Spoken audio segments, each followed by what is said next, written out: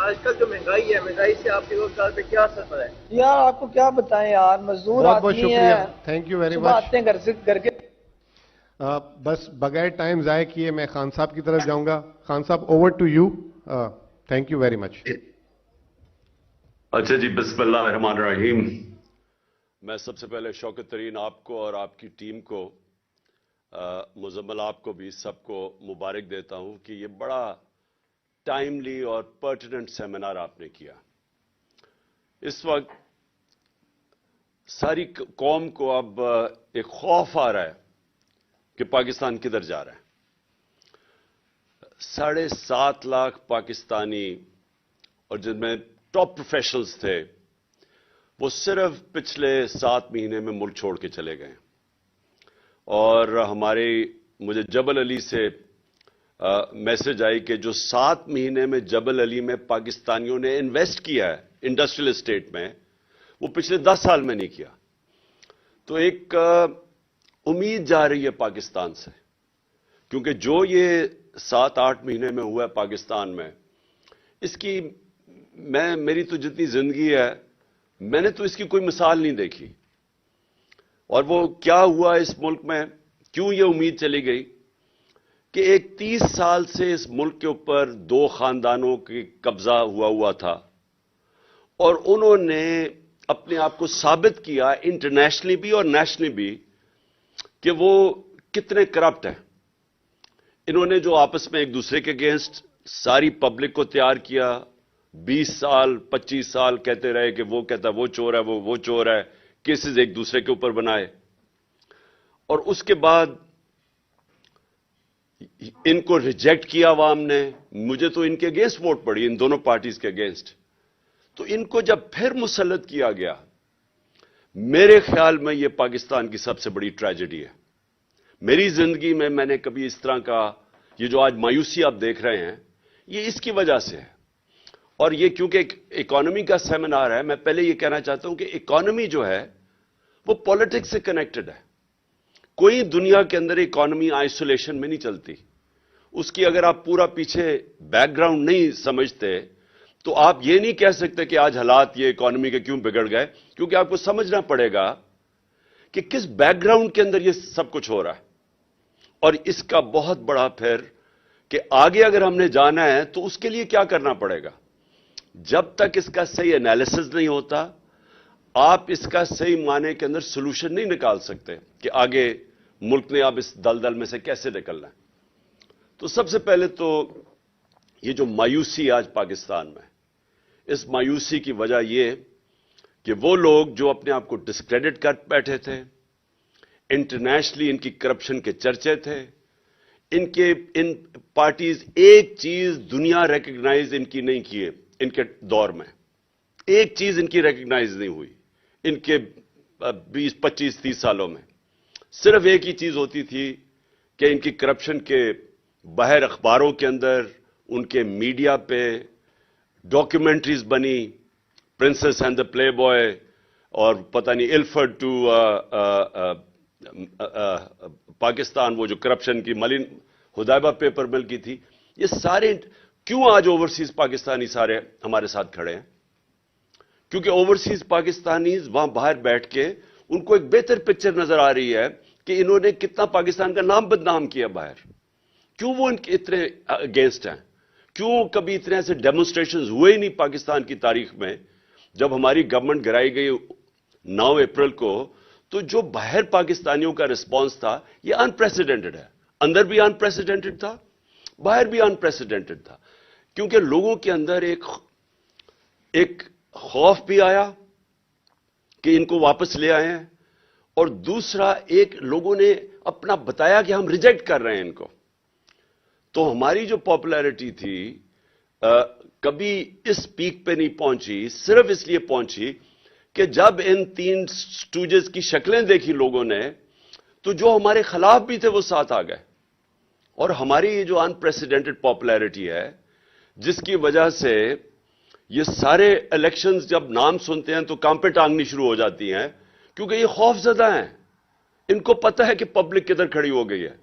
تو سارا جو سٹیٹس کو کا سیٹ اپ ہے وہ سارا مل کے ایک چیز پہ متفق ہے کہ الیکشن نہیں کروانے، اور بدقسمتی سے ان کے الیکشن ہی ایک سولوشن ہے جو اگر ہم نے اس میں سے نکلنا ہے، یعنی اگر پہلا قدم اگر ہم نے اس سے نکلنا ہے، یہ جو کوگ مائر کے اندر جو سارے سپیکرز نے بتایا کہ ہم پھنستے جا رہے ہیں، اور جو آگے دو سیناریوز بتائے کہ یا آئی ایم ایف میں اور اس کے علاوہ تو کوئی چارہ ہی نہیں، آئی ایم ایف پہ جانا پڑے گا، تو ان کی کنڈیشنلٹیز، اس سے کیا ایفیکٹ پڑے گا اس ملک میں غربت میں، اور دوسری چیز کہ اگر نہیں جاتے تو پھر اس سے بھی برا حالات ہیں۔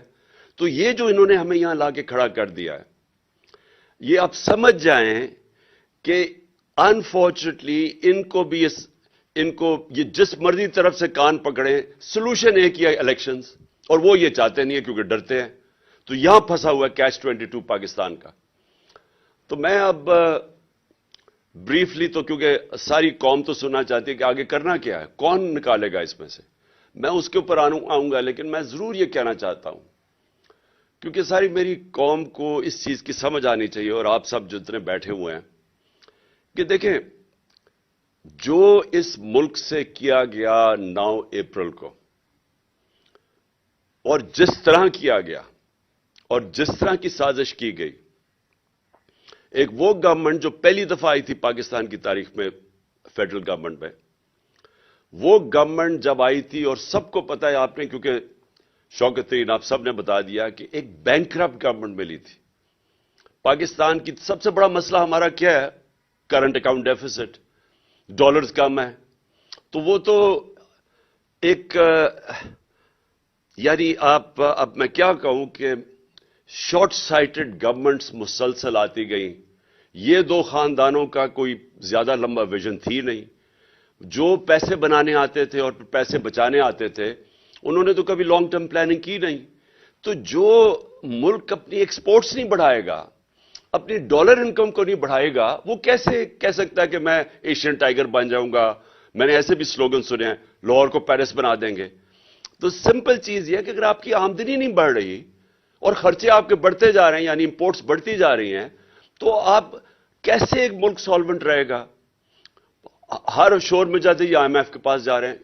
ہم نے خود ماضی میں شور مچایا آئی ایم ایف کے پاس، کیونکہ ساورنٹی کا ایشو آ جاتا ہے۔ جب آپ آئی ایم ایف کے پاس جاتے ہیں تو آپ اپنے فیصلے نہیں کر سکتے، اور یہ ایک بڑا ذلت کا سامنا کرنا پڑتا ہے ملک کو کہ آپ فیصلے نہیں کر سکتے۔ وہ آپ کو حکم دیتے ہیں، وہاں ان کے ریپرزینٹیٹو بیٹھ جاتے ہیں، وہ کہتے ہیں آپ نے یہ کرنا ہے، وہ کرنا ہے، اور وہ آپ ڈرتے ہیں کہ وہ کریں گے تو غربت بڑھے گی۔ تو وہ جو لاس آف ساورنٹی ہے، صرف اس لیے کہ آپ نے آپ ملک کو مینج نہیں کیا صحیح طرح، اور وہ ابھی ایک حکومت کی نہیں، یہ ایک مسلسل 30-40 سال ہم نے کبھی سوچا ہی نہیں کہ ہم نے اپنی ایکسپورٹس کے اوپر توجہ دینی ہے۔ اور جب ہماری گورنمنٹ آئی، اور ہم تو پہلی دفعہ آئے تھے، تو میں نے ریئلائز کیا کہ جو ہمارا سارا گورنمنٹ کا سٹرکچر بن چکا ہے، اس کو یہی نہیں سمجھ کہ پاکستان کی پرائرٹیز کیا ہیں۔ یعنی سارے گورنمنٹ کو تو یہ سمجھنا چاہیے نا کہ جب تک ہماری ایکسپورٹس نہیں بڑھے گی، پاکستان اپنے پیر پہ نہیں کھڑا ہو سکتا۔